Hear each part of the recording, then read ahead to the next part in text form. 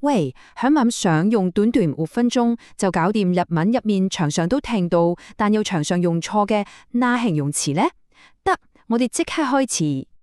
Hello， 大家好，我係你哋嘅日文導師 Lady JJ。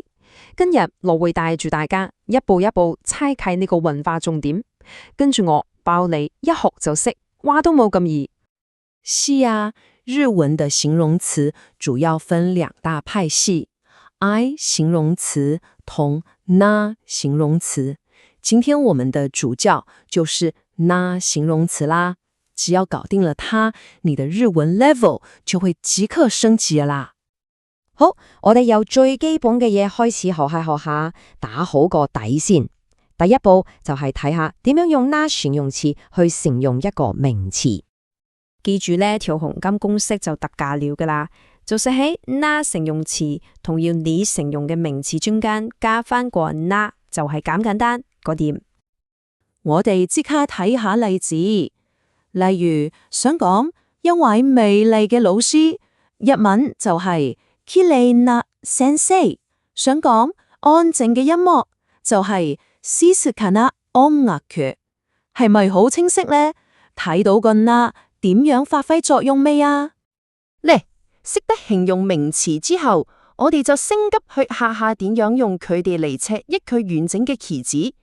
放心，我哋都係由最用嘅現在式開始。嗱，呢度就好重要咯，大家要留心聽。記住，當 na 形容詞放喺句尾做總結嘅時候，個 na 係要消失嘅。同 friend 講嘢就用得，好似この音楽嘅話，静かだ。想要禮貌啲，就要用萬能嘅 this 變成この音楽嘅話，靜かです。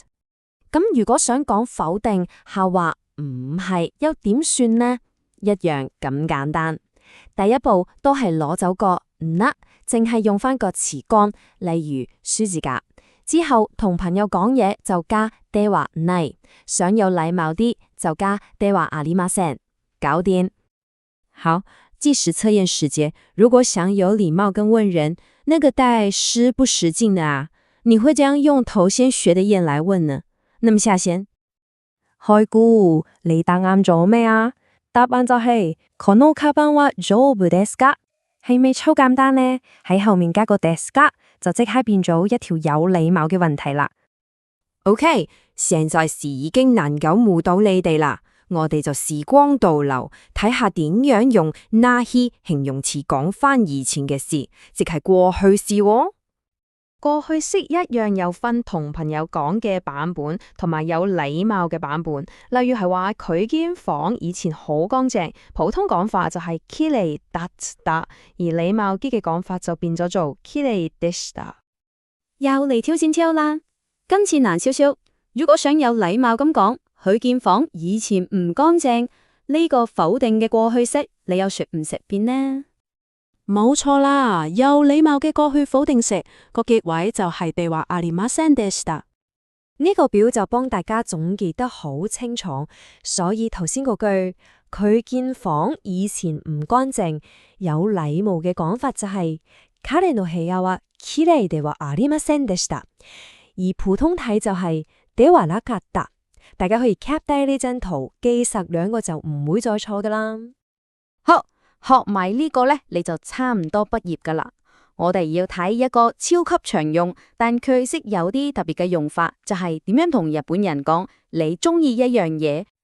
關鍵就係呢段，大家千祈唔好踩中個坑啊！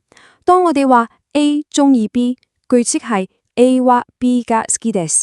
最重要係記住。好き係 na 形容詞，所以佢前面個助詞係用が，絕對唔係用お呀。好多人都會喺呢度搞錯噶。例如，如果你想講我中意 JJ 老師，英文就係私は JJ 先生が好きです，係咪好易記又好實用呢？